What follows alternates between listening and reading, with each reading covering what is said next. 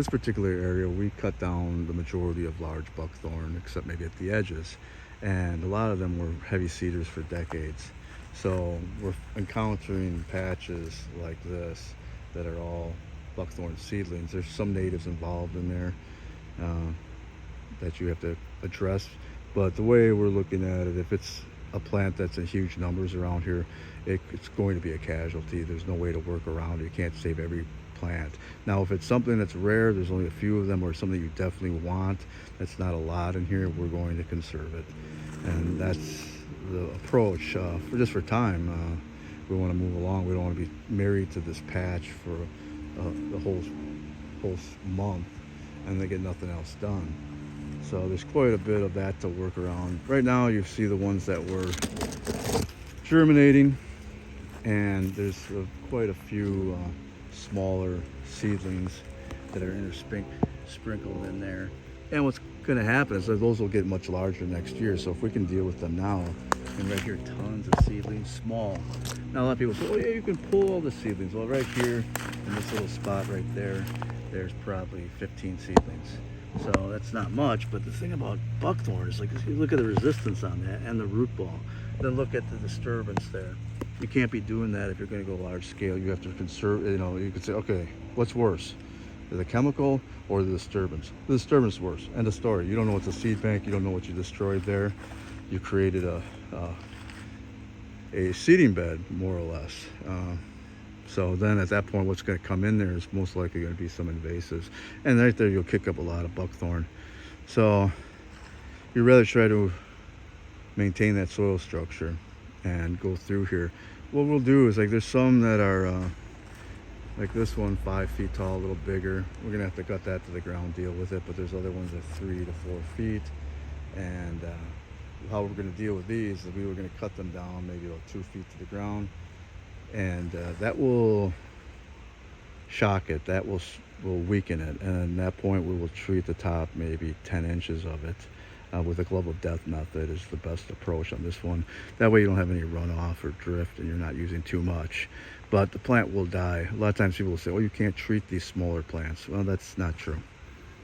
So there's quite a bit. This is just one section. This was probably 1.5 acres in here, and we're going to find a lot of those patches, and it's really going to be dependent on, is that a female, was that a female?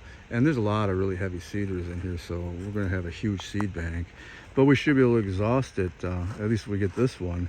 We've had a couple droughts, so the last 2 years when we had the seedlings were up and they fried, so that happens. I mean, sometimes nature takes care of it for you, other times it works against you. But in this case, this year we had a drought, so what was germinating, it fried out, it got really dry. So that crop is gone, and we'll see how long it flushes out. I'm not of the mindset that these things are invincible, or that, oh, you'll be fighting it for years. You'll be fighting it for a long time, individual plants. But the seed bank itself, I truly believe that half of it exhausts very quickly, and then the other half again very quickly. So then all of a sudden you're down to 20% of the seed bank. And since they weren't viable or weren't working initially for the first 2 flushes, that's going to be a real weak one. So I really believe in 3 years you can deal with 90% of the seed bank. And when they're small, they're easy to deal with. So again, there's some patches like that are existing, and underneath there's going to be more germination since we open up the light. Because here's a bunch of little seedlings, but they're getting more light right now, so those are going to grow. But they're small. You could deal with those this year in a matter of seconds, in large numbers. Yeah, you want to pull these. You pull these things, you get 10 people in here, they all quit on you. And at the same time, it'll never get done. Biggest issue I find with conservation is certain ideological approaches. They just don't want to do certain things, and they bog down in really small areas and make it overly physical. And that's the reality. You see people that take a more, should I say, workman-like approach, how landscapers, foresters, and even the municipal staff that tells you not to do it that way will really knock these areas out very quickly. And the benefit, and if you can introduce some new species in here, and if there's a decent seed bank native, it's substantially converted over a period of 3 years. So all this stuff takes time, and this is a window of opportunity that we're looking at for those small buckthorn. And you do that later next year, it's going to be harder to do, and then all of a sudden they can become 3 feet tall instead of 10 inches tall. So that's the next stage. We're moving into fall. We're going to take the cycles. They're going to be trying to store energy, so any kind of weakening that you get them, they'll die.